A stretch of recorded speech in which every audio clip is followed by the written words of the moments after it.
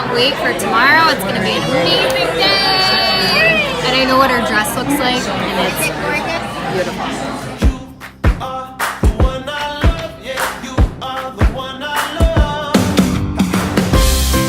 I would sometimes ask myself, why in the world is this guy sticking around? Is he crazy?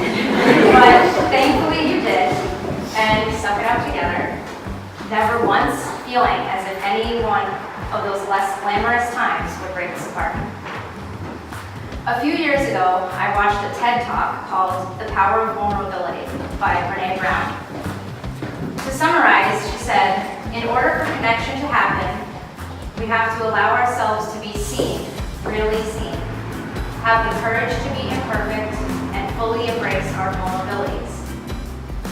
Those words hit me like a ton of bricks, because when you find someone who lets you do all of those things, that is true love.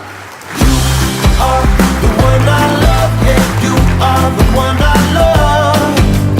You are the one I love, yeah, you are the one I love.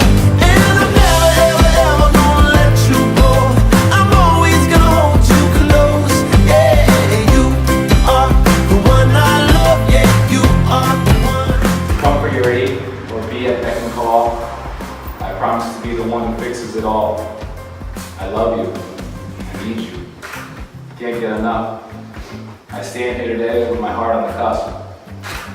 You'll never quite know just how much you brighten my world, but I do know the worth of your love, my pearl.